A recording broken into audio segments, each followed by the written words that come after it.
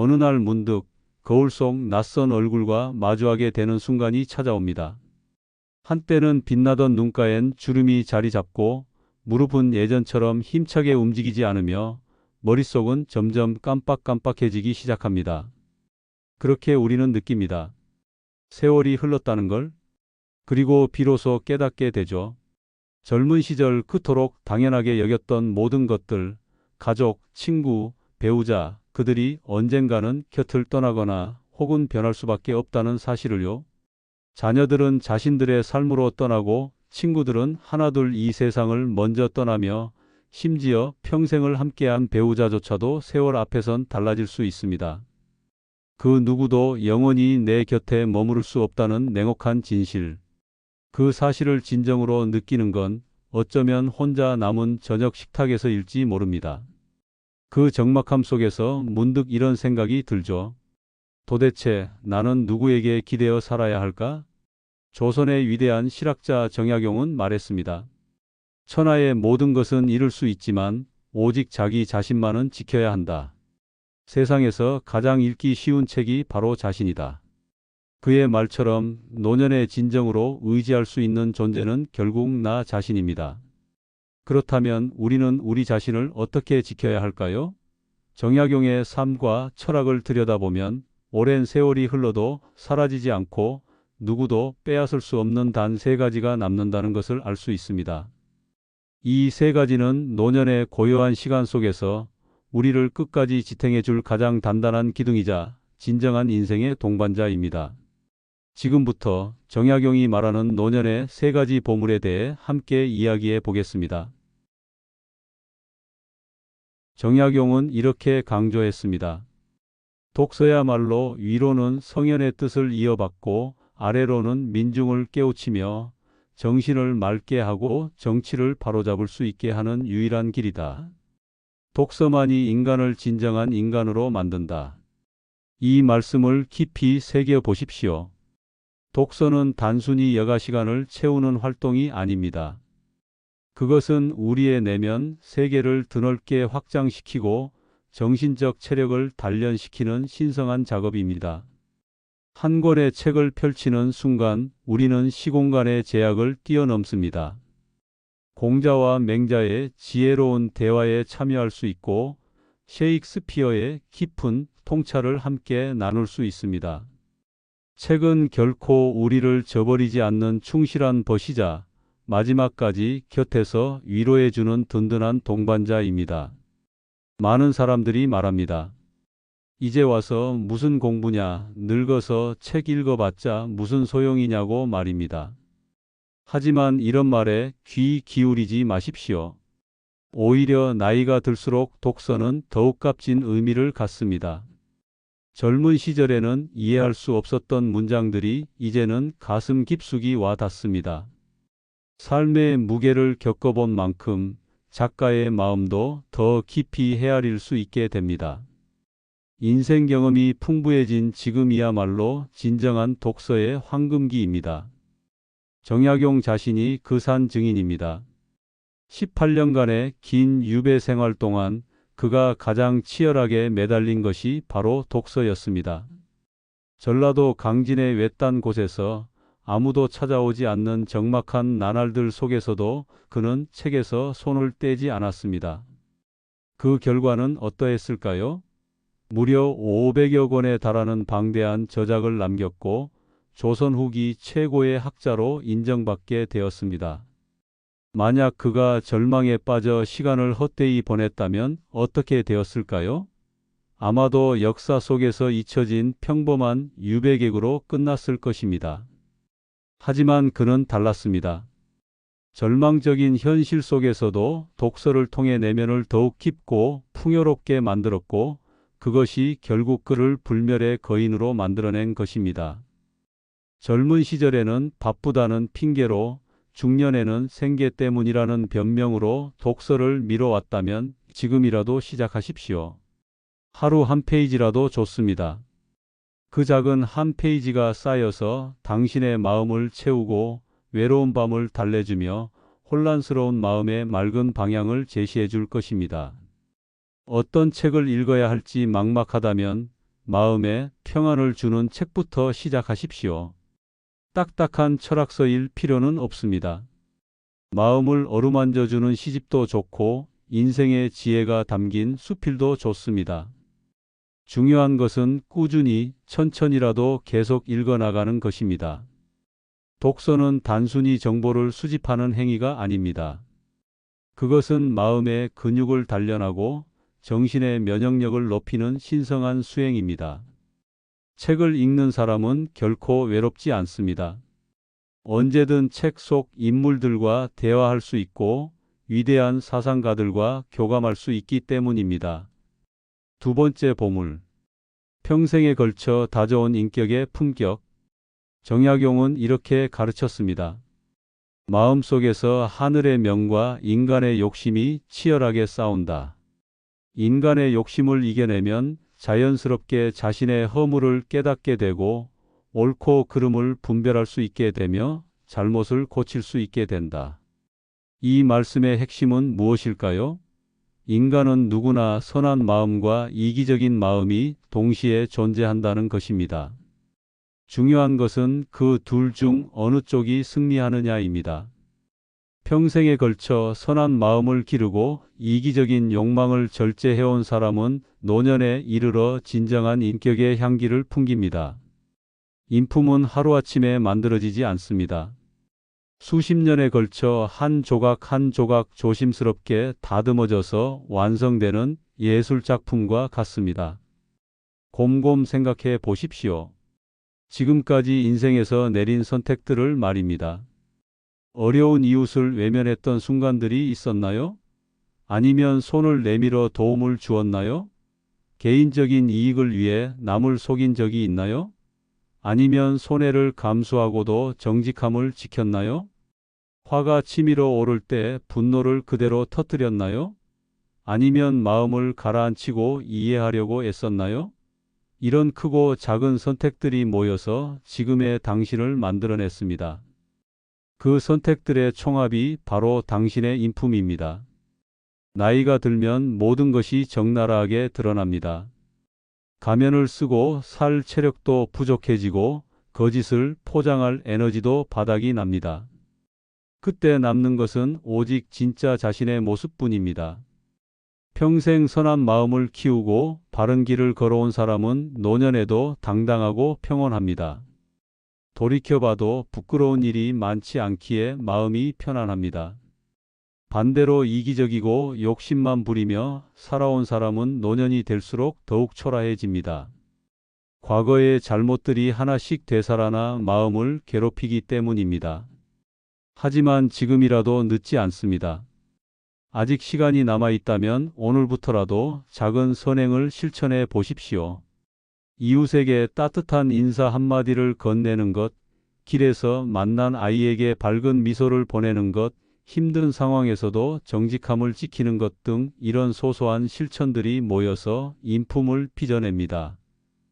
거짓말을 줄이고 타인에게 친절을 베풀며 화가 나도 참고 이해하려 노력하십시오. 그 하나하나가 쌓여서 당신의 인격을 만들고 결국 노년기에 든든한 기둥이 되어줄 것입니다. 정약용이 유배지에서 보여준 모습을 보십시오. 억울한 누명을 쓰고 18년이나 유배를 당했지만 그는 원망하거나 분노하지 않았습니다. 오히려 그 시간을 자신을 더욱 성숙하게 만드는 기회로 활용했습니다. 유배지에서 만난 사람들에게 따뜻한 마음을 보였고 가난한 농민들의 어려움을 해결해 주려 애썼습니다. 만약 그가 원망과 분노에 사로잡혀 살았다면 어떻게 되었을까요? 분명히 쓸쓸하고 비참한 말년을 보냈을 것입니다. 하지만 그는 달랐습니다. 어려운 상황에서도 인품을 지켰고 그 결과 사람들의 깊은 존경을 받는 어른이 될 수 있었습니다. 인품이란 결국 매 순간의 선택에서 나옵니다.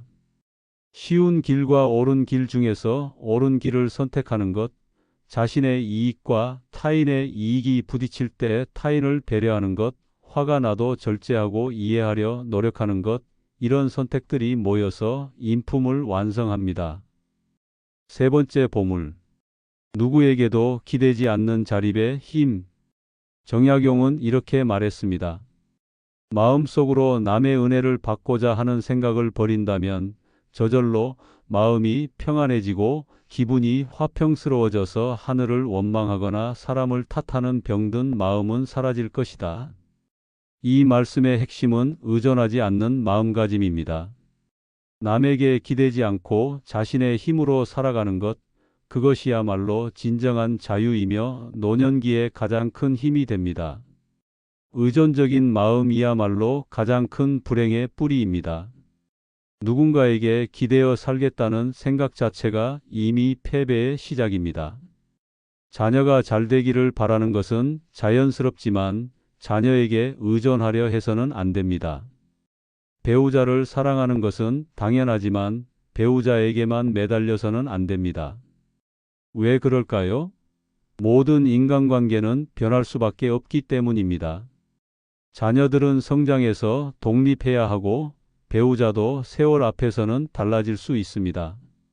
친구들도 하나둘 떠나갑니다. 그런 변화 앞에서 의존적인 마음을 가진 사람은 속수무책이 됩니다. 하지만 스스로 설 수 있는 힘을 가진 사람은 다릅니다. 혼자 있어도 외롭지 않고 아무도 도와주지 않아도 자신의 일을 해낼 수 있으며 어려운 상황에서도 굽히지 않고 꿋꿋하게 버텨낼 수 있습니다. 진정한 독립은 단지 경제적 독립만을 의미하지 않습니다. 물론 경제적 자립도 중요합니다. 하지만 더욱 중요한 것은 정신적, 감정적 독립입니다. 누구에게도 의존하지 않고 자신의 삶을 꾸려나갈 수 있는 힘을 말합니다.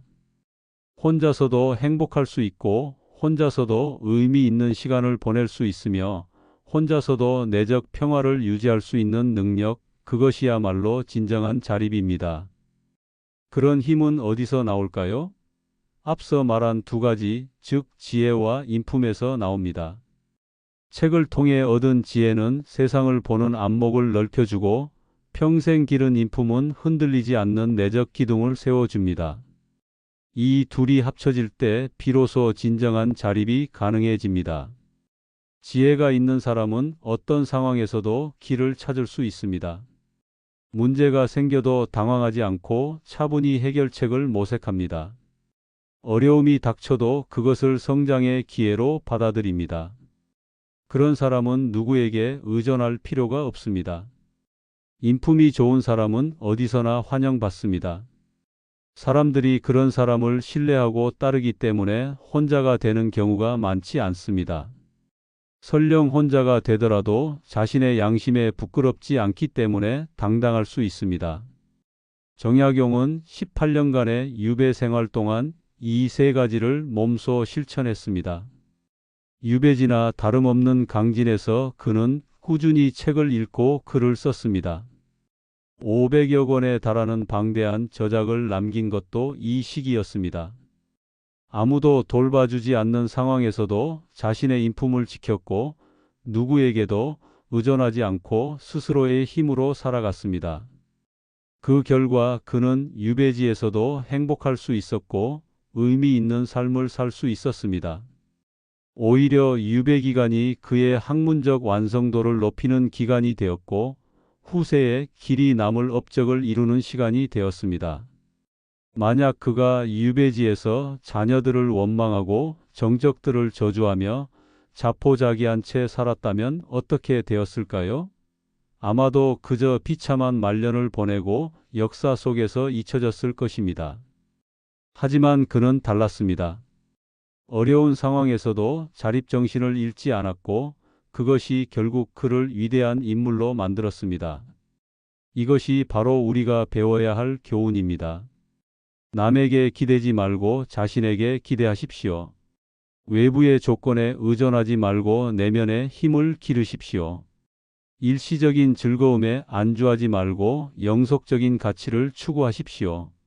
젊을 때는 이런 이야기가 지루하게 느껴질 수 있습니다. 당장 눈앞의 즐거움이 더 달콤하고 남에게 의존하는 것이 더 편해 보이기 때문입니다. 하지만 세월이 지나고 나면 결국 이 세 가지만이 남는다는 것을 깨닫게 됩니다. 자녀들이 다 떠나고 친구들이 하나둘 세상을 떠나고 몸이 불편해져서 예전만큼 활동하기 어려워졌을 때 과연 무엇이 당신을 지탱해 줄 것입니까? 돈은 얼마든지 사라질 수 있고 명예는 시간이 지나면 빛이 바랍니다. 건강도 언젠가는 잃게 마련입니다. 하지만 지혜는 다릅니다. 한번 얻은 지혜는 절대 사라지지 않습니다. 오히려 나이가 들수록 더욱 깊어지고 농익어 갑니다. 인품도 마찬가지입니다. 평생에 걸쳐 기른 인품은 생애의 마지막 순간까지 당신을 품격 있게 만들어줍니다. 그리고 자립하는 힘은 어떤 상황에서도 굽히지 않게 해줍니다. 정약용은 또한 말했습니다. 마음이 흔들렸다면 한 걸음 물러서서 자신을 바라보라. 그것만으로도 어지러움이 잦아들 것이다. 이 말씀 속에는 깊은 지혜가 담겨 있습니다. 혼란스러울 때일수록 외부가 아닌 내부를 돌아보라는 뜻입니다. 나이가 들면 자연스럽게 여러 가지 어려움을 겪게 됩니다. 건강상의 문제, 경제적 어려움, 인간관계의 변화, 죽음에 대한 두려움 등. 이럴 때마다 남을 원망하거나 외부 상황을 탓하기 쉽습니다. 하지만 진정한 해답은 자신 안에 있습니다. 내가 어떤 사람인지, 지금까지 어떻게 살아왔는지, 앞으로 어떻게 살고 싶은지를 차분히 돌아보는 것. 그것이 바로 혼란을 정리하고 방향을 찾는 첫걸음입니다. 그런 의미에서 노년은 단순히 쇠퇴하는 시기가 아니라 완성되어가는 시기입니다. 지금까지 살아온 모든 경험이 지혜로 승화되고 평생 기른 인품이 원숭미를 발휘하며 스스로 서는 힘이 진정한 자유를 가져다주는 시기입니다. 젊은 시절에는 몰랐던 것들이 이제는 보입니다. 무엇이 진짜 중요한지, 무엇이 헛된 것인지를 구분할 수 있게 되었습니다. 사람의 진면목도 쉽게 알아볼 수 있고 인생의 덧없음도 받아들일 수 있게 되었습니다. 또한 젊은 시절의 성급함과 조급함도 많이 사라졌습니다. 화가 나도 예전만큼 격렬하지 않고 슬픈 일이 있어도 지혜롭게 견뎌낼 수 있습니다. 남을 이해하는 마음도 넓어졌고 용서하는 마음도 깊어졌습니다. 그리고 무엇보다 자신에게 의존하는 법을 배웠습니다. 예전에는 누군가가 옆에 있어야 안심이 되었지만 이제는 혼자 있어도 편합니다. 자신만의 시간을 즐길 줄 알게 되었고 내적 평안을 유지하는 법도 터득했습니다. 물론 이런 경지에 도달하는 것이 쉽지는 않습니다. 하지만 불가능한 것도 아닙니다. 정약용이 그랬듯이 끊임없이 배우고 꾸준히 자신을 다스리며 스스로 서려고 노력한다면 누구나 가능합니다. 중요한 것은 지금 당장 시작하는 것입니다. 나이가 많다고 해서 너무 늦었다고 생각하지 마십시오.